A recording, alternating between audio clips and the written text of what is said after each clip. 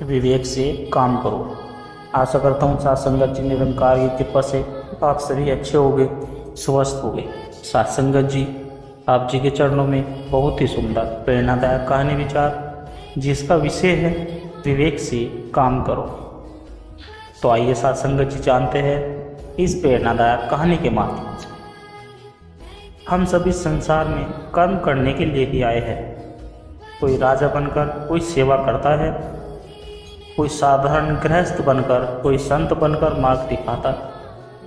लेकिन एक बात हमेशा याद रखने योग्य है, कर्म करना अनिवार्य है, पर बिना विवेक के यह कर्म जीवन को उलझनों और दुखों से भर देता है। साथ संगत जी, विवेक यानी सही और गलत की पहचान।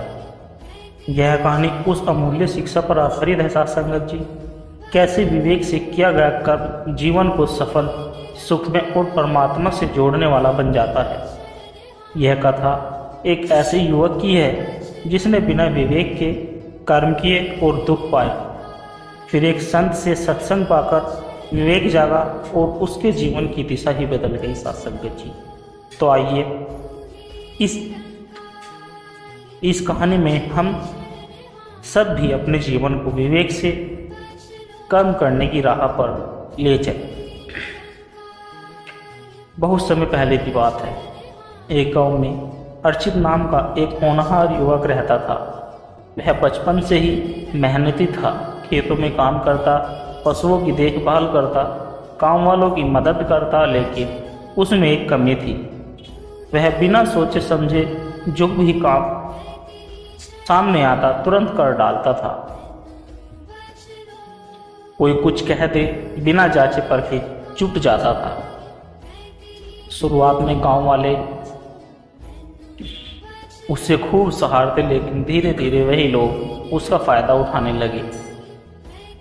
कोई कहता अर्चित मेरे खाते में, कोई कहता अर्चित मेरे खेत में पानी लगा दो, कोई कहता अर्चित मेरे बैल को बाजार तक पहुंचा दो। अर्चित सबका काम करता रहा, बिना यह देखे कि उसका अपना खेत सूख रहा है।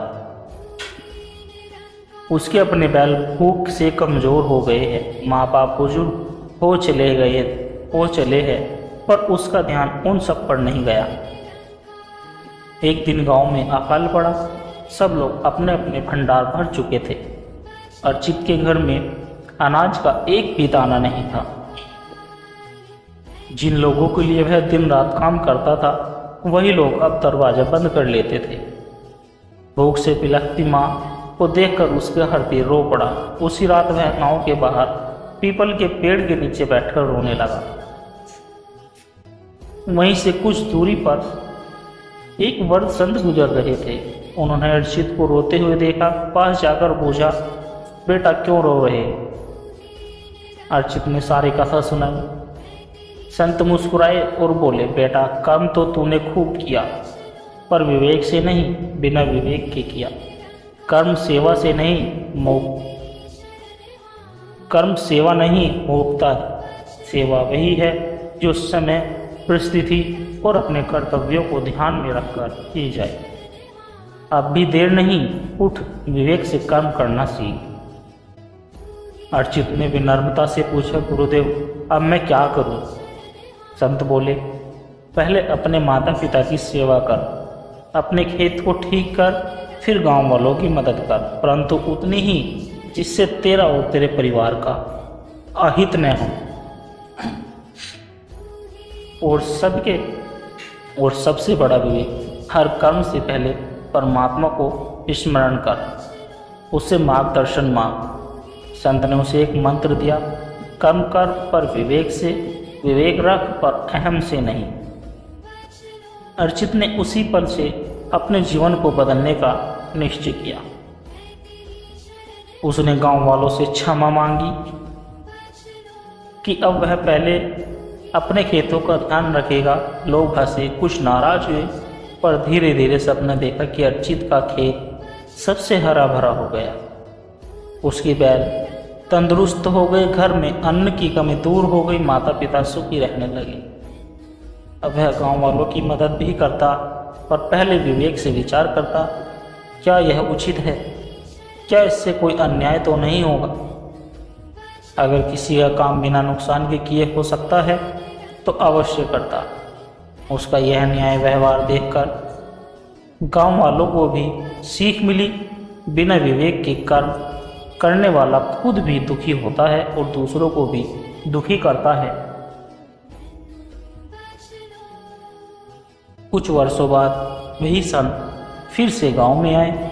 उन्होंने अर्चित को बुलाया। संत ने देखा कि वह अर्चित अब वह अर्चित के चेहरे पर आत्मविश्वास, आंखों में चमक और हृदय में स्थिरता है। संत ने कहा, बेटा, अब तूने कर्म को साधना बना लिया है।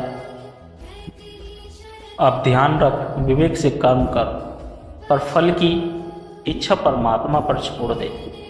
इस संसार में कर्म का अधिकार तेरा है, फल उसका नहीं। अर्चित ने हाथ जोड़कर कहा, गुरुदेव, आपने मुझे कर्म और विवेक का अर्थ समझाया। अब मैं जान गया हूँ कि सेवा और कर्म वही सही है जिसमें परमात्मा का स्मरण हो और जो सबके कल्याण के लिए हो। सत्संगत जी, अर्चित की कहानी हर उस इंसान को सीख देती है जो जीवन में कर्म तो करता है पर सोचता नहीं। विवेक ही वो दीपक है जो अज्ञान के अंधकार को मिटाता है।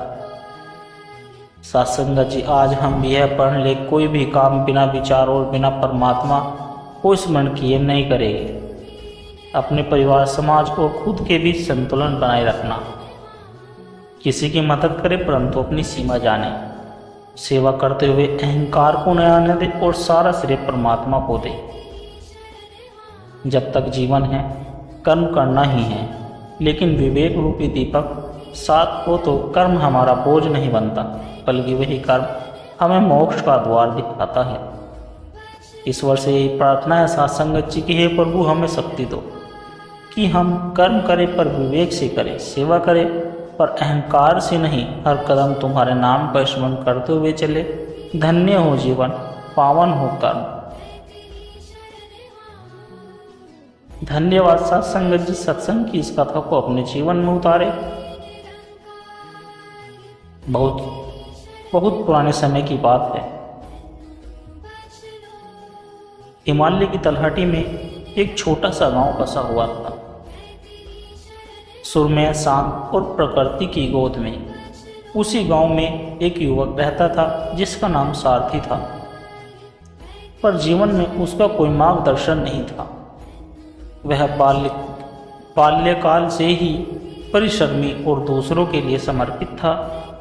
गांव में कोई भी कार्य होता, कुआं खोदना हो, खेत जोतना हो, किसी की झोंपड़ी बनानी हो, सारथी सबसे पहले कूद पड़ता था। गांव वाले कहते, सारथी जैसा कर्मवीर दूसरा नहीं। किंतु एक बात किसी ने न देखी, सारथी में विवेक की कमी थी। उसने कभी नहीं सोचा कि कौन सा काम कब और कितना उचित है। सबका काम करता गया, अपने घर की सुध न लेना भूल गया। उसकी बड़ दादी और बीमार माँ उसकी बाट जोहते रह जाते। एक बार गांव में बड़ा आयोजन हुआ। नदी पर पुल बनना था। गांव में बड़े बड़े मुखिया, वर्द और ज्ञानी लोग परामर्श कर रहे थे कि नदी की धारा बहुत तेज है, बरसात में यह पुल बह भी सकता है, अतः पहले ठीक से योजना बनानी चाहिए। पर सारथी को यह सब धैर्य कहाँ। वह बोला, आप लोग सोचते रहिए, मैं आज से ही पुल बनाना शुरू करता हूँ। कई युवक उसके साथ लग गए, बिना योजना, बिना इंजीनियर के ज्ञान के। वे लकड़ियाँ जोड़ते गए। गांव के लोग देखते रहे। सारथी को लगता रहा कि वह गांव का उद्धार कर रहा। बरसात आई, नदी उफान पर थी। पुल की कमजोर संरचना पानी का प्रहार सह न सकी। रात में जब गांव वाले सो रहे थे, तब पुल टूटकर बह गया। कुछ गांव वालों की नावें भी पुल के मलबे से टकराकर डूब गई। गांव को भारी नुकसान हुआ।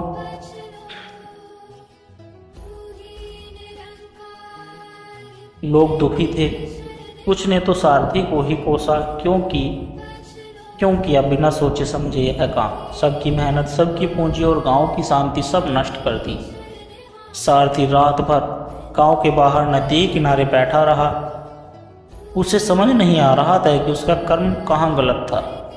वह तो भला ही करना चाहता था। उसने तो बिना किसी स्वार्थ के काम किया था, फिर परिणाम इतना भयावह क्यों हुआ। वही गांव में दूर पहाड़ पर एक साधु रहते थे, जिनका नाम महात्मा रिजू महाराज था। उन्होंने इस संकट की खबर सुनी। भोर में वह सारथी के पास पहुंचे। शांत स्वर में बोले, बेटा दुखी मत हो। दुख इस संसार में ज्ञान की कमी से होता है, सेवा की कमी से नहीं। तूने सेवा तो की, पर विवेकहीन सेवा की, यह उसी का फल है। सारथी ने सिर झुका लिया और कहा, महाराज अब मैं क्या करूं? मुझे तो समझ ही नहीं आता कि यही क्या सही है क्या गलत। ऋतुराज महाराज बोले, तू कर्म करता रहे पर परिणाम को नहीं समझा। नदी की धारा को समझे बिना पुल बनाना उसी तरह है जैसे आंख मूंदकर पत्थरों के बीच तोड़ना। बेटा कर्म वही सही है जो विवेक के साथ हो। विवेक यानी पहले विचार फिर निर्णय। इस ब्रह्मांड में जो भी नियम है उन्हें जानना यही विवेक है। सारथी ने हाथ जोड़कर पूछा, गुरुदेव अब मैं इस गलती को कैसे सुधारूं? रिजू महाराज ने उसे 3 सूत्र बताए। पहले विचार कर, फिर कर्म कर, अकेले निर्णय न कर। जो तुझे अधिक जाने उनसे परामर्श कर। कर्म से पहले ईश्वर का नाम ले, जिससे तेरी बुद्धि निर्मल रहे। रिजू महाराज ने उसे आशीर्वाद दिया और गांव वालों को भी समझाया कि गलती किसी एक की नहीं, सभी को चाहिए था कि युवक को रोके, उचित मार्ग दिखाए। गांव वालों ने भी मना किया, उनका भी दायित्व था। गांव वालों ने भी माना कि उनका भी दायित्व था उसे समझाना। सारथी ने उसी दिन प्रण किया, अब कोई भी कार्य बिना सोचे नहीं करेगा। उसने गांव के वृद्धों से ज्ञान प्राप्त किया। नदी विज्ञान, लकड़ी का काम, कारीगरी, मौसम विज्ञान सब सीखा। उसने अपनी दादी और माँ का भी पूरा ध्यान रखना शुरू किया। 1 साल बाद गांव के बुद्धिमानों की सलाह और सारथी के परिश्रम से एक मजबूत पुल बना। इस बार सारथी ने नेतृत्व तो किया, पर स्वयं कोई निर्णय अकेले नहीं लिया। सबके साथ मिलकर योजना बनाई, योग्य कारीगर बुलाए और सबसे पहले परमात्मा का स्मरण कर हर दिन कार्य शुरू किया। पुल पूरा हुआ, गांव में उत्सव मनाया गया। ऋतुराज महाराज ने कहा, देखो विवेक से कर्म करने का परिणाम कितना सुंदर होता है। पहले सबका नुकसान हुआ, अब सबका कल्याण हुआ। कर्म जीवन का आधार है सत्संग जी, पर विवेक जीवन की दिशा है। बिना दिशा के गति भी विनाश का कारण बन सकती है। सारथी का जीवन सबको यही शिक्षा देता है कि कर्म करो पर विवेक के बिना नहीं। परामर्श लो, अपनों से सीखो, ईश्वर का स्मरण रहो, तभी कर्म पवित्र होगी। सारथी का गांव अब भी हिमालय गोद में बसा है। वहाँ पुल आज भी है, गांव वालों के परिश्रम और विवेक की मिसाल। और गांव के बच्चे आज भी एक दूसरे को यही कहते हैं, कर्म करो पर विवेक से। यही जीवन की सच्ची साधना है सत्संग जी। परमात्मा सबको विवेक से कर्म करने की शक्ति दे। सत्संग जी, बहुत समय पहले की बात है, गंगा के किनारे बसे एक गांव महाश्रमाणपुर में दयाराम नाम का एक युवक रहता था। दयाराम साधारण किसान था, परंतु उसके मन में सेवा की ऐसी लगन थी कि कोई भी गांव वाला परेशानी में होता तो दयाराम सबसे पहले पहुंच जाता था। एक बार गांव में भीषण अकाल पड़ा, खेत सूख गए, तालाब सूख गए, लोग पानी के लिए तरसने लगे। गांव के बुजुर्गों ने गांव के बाहर एक पुराने कुएं को फिर से खोदने का विचार रखा। दयाराम ने बिना देरी किए अकेले ही फावड़ा उठाया और खुदाई शुरू कर दी। लोगों ने समझाया, दयाराम सबके साथ मिलकर योजना बनाओ, पहले दिशा तय करो, नहीं तो मेहनत बेकार जाएगी। पर दयाराम को लगा, सेवा में देरी क्यों, बस कर्म करना चाहिए, भगवान देख लेंगे। वह अकेले ही दिन रात खोदता रहा। कुछ लोग मदद को आए, पर दयाराम ने सबको खुद ही हटा दिया। तुम लोग आराम करो, मैं कर लूँगा। एक हफ्ता बीत गया। दयाराम ने कुएं को काफ़ी गहरा तो खोद लिया, लेकिन पानी कहीं नहीं मिला। कारण यह था कि जिस जगह वह खुदाई कर रहा था, वहाँ जमीन के नीचे चट्टानें थी। पानी की धारा पास के हिस्से में थी। लोगों ने पहले भी समझाया था कि गांव में बूढ़े पापा रामदीन को पूछ लो, वे जानते हैं कहाँ पानी मिलेगा।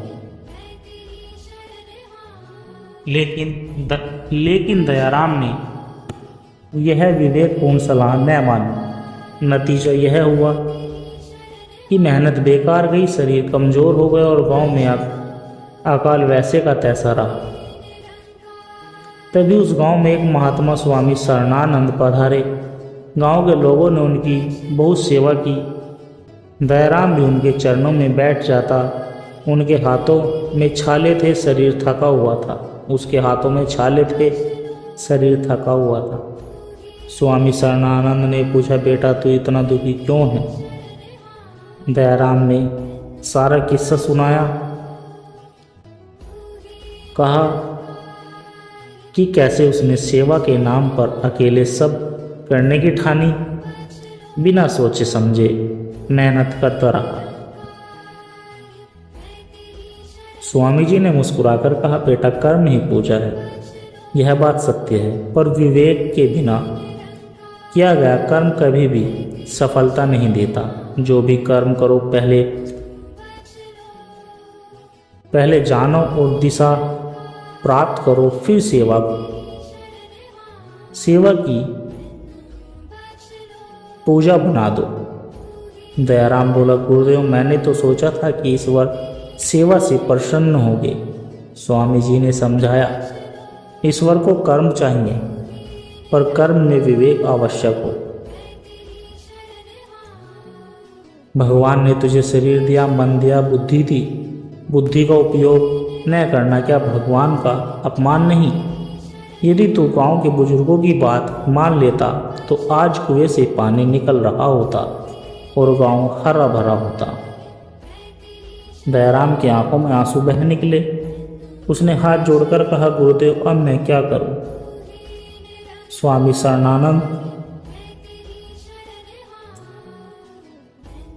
शरणानंद ने गांव के लोगों को बुलाया और उनसे कहा, अब सब मिलकर योजना बनाओ। सबसे पहले बुजुर्गों से मार्गदर्शन लो, फिर योजना बनाकर मिलजुल कर काम करो। किसी एक पर सहारा मत डालो, किसी एक पर सारा भार मत डालो। ईश्वर तब ही सहायता करते हैं जब मनुष्य स्वयं विवेक से काम करता है। इस बार दयाराम ने सबकी बात सुनी। गांव के वृद्ध रामदीन बाबा ने बताया कि किस दिशा में खुदाई करनी चाहिए। गांव के लोग और युवकों ने मिलकर एक नई जगह पर खुदाई शुरू की। सबसे श्रमदान किया। कुछ ही दिनों में पानी की धारा निकल आई। गांव के सूखे खेत हरे भरे हो गए। लोग खुश हुए और सबने दयाराम से कहा, अब समझ में आया, कर्म तो आवश्यक है, पर विवेक के बिना कर्म अंधकार है। दयाराम ने हाथ जोड़कर गांव वालों से क्षमा मांगी और वचन दिया, अब से हर सेवा विवेक से ही करेगा, गुरुजन और ईश्वर के आदेश के अनुसार करेगा। कुएं से पानी आने के बाद गांव में बड़ा उत्सव हुआ। गांव के बच्चे तालाब में नहाने लगे, महिलाएं खेतों में पानी डालने लगी। स्वामी सारनानंद ने सबको एक अंतिम उपदेश दिया। कहा, जब तक जीवन है तब तक कर्म करना ही पड़ेगा, लेकिन यह संसार ज्ञान और विवेक से ही चलता है।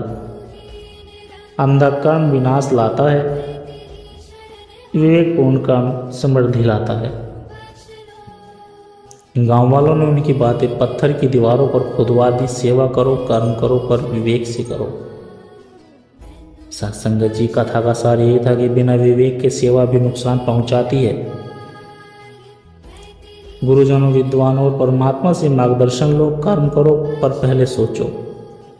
सेवा को पूजा समझो, पर बिना ज्ञान के कुछ मत करो। फल की चिंता ईश्वर पर छोड़ दो। सत्संगत जी, महासमनपुर गांव आज भी प्रसिद्ध है।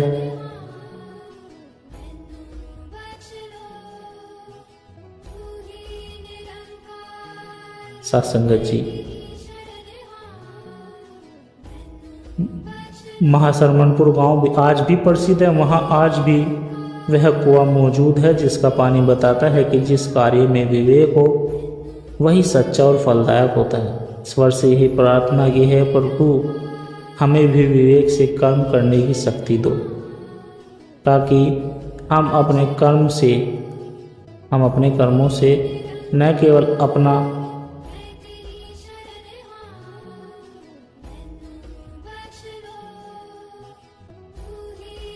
सत्संगत जी, दास के द्वारा कहे गए प्रेरणादायक कहानी विचार यदि आप जी को अच्छे लगे हो तो वीडियो को लाइक करें, शेयर करें, कमेंट बॉक्स में धन्य निरंकार जी जरूर लिख दें और दास को आशीर्वाद दे। हर रोज आप जी के चरणों में ऐसी ही प्रेरणादायक कहानी विचार लेकर आता रहूं। और दास की आप जी के चरणों में प्यार भरी विनती है, सत्संगत जी के दास के चैनल सोना इंस्पायर विचार को सब्सक्राइब जरूर कर ले जी। सत्संगत जी प्यार से कहना, धन्य निरंकार जी।